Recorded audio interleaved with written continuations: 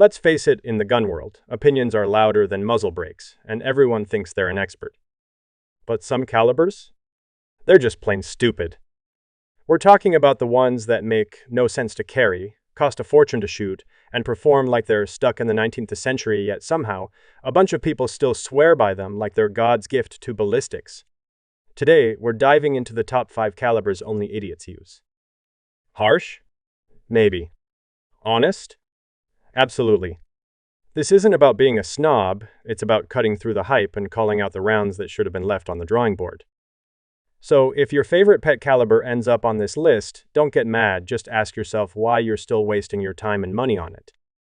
Grab your popcorn, clear your chamber, and get ready because things are about to get loud, opinionated, and maybe a little painful, especially if your ego's tied to one of these rounds. Number 5.256 Remington, the Fading Star. Once a favorite among hunters for its flat trajectory and versatility, the 25.6 Remington is slowly slipping into the background of modern cartridge conversations. Developed by necking down the classic 36 Springfield to accept a 257 caliber bullet, the 25.6 found its sweet spot in long-range varminting and medium game hunting. It delivered blazing speeds, light recoil, and deadly accuracy on coyotes, deer, and antelope. For decades, it was the go-to-round for those who wanted reach and punch without jumping up to magnum recoil. But today, the spotlight has shifted. The rise of newer cartridges like the 6.5 Creedmoor, 243 Winchester, and even the 6mm Creedmoor has pushed the 25.6 into near-forgotten territory. Factory ammo is less common, and many modern rifles aren't even chambered for it anymore. It's not that the round lost its edge, it's just that today's shooters want more efficient ballistics, better barrel life, and easier ammo access. For reloaders and die-hard fans, the 25.6 still offers exceptional performance. But in the evolving world of precision and hunting rifles, it's no longer the star it once was. It remains respected, just no longer in the limelight. Number 4.32 Winchester Special, the Forgotten Middle Child. The 32 Winchester Special is the textbook definition of a forgotten middle child in the world of lever-action cartridges. Introduced in 1901, it was designed to sit neatly between the popular 30-30 Winchester and the more powerful 35 Remington. On paper, it made sense, offering slightly more bullet diameter and power than the 30-30, while maintaining mild recoil and compatibility with classic lever-action rifles. But in practice, it never really found its place. The 32 Special didn't bring enough of an upgrade to lure hunters away from their trusty 30-30S, and it lacked the punch to compete with harder-hitting calibers. It also had a reputation for being finicky with accuracy, especially as barrel wear set in. Over time, it just got overlooked. Today, the 32 Winchester Special survives mostly in dusty gun cabinets and as a curiosity for collectors and old-school lever-action fans. Ammo is still made, but it's scarce and often expensive. It's not a bad cartridge, far from it, but it never lived up to its special name. In the grand lineup of classic American hunting rounds, the 32 wins special sights quietly, a relic of good intentions and missed potential. Number 37M8 Remington, the caliber that tries too hard. The 7M8 Remington is one of those calibers that seems like it should be a big deal, but somehow it just never quite gets there.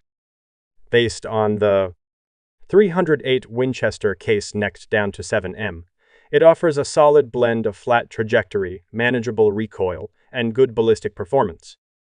It's accurate, efficient, and hits hard enough for deer, hogs, and even elk at reasonable distances. So why doesn't it dominate the hunting world? Simple, the 7M8 tries too hard to be everything for everyone. It markets itself as the perfect middle ground, but in doing so, it gets lost between more specialized options. The 308 has broader support. The 6.5 Creedmoor wins in long-range circles, and younger hunters are drawn to newer, trendier calibers.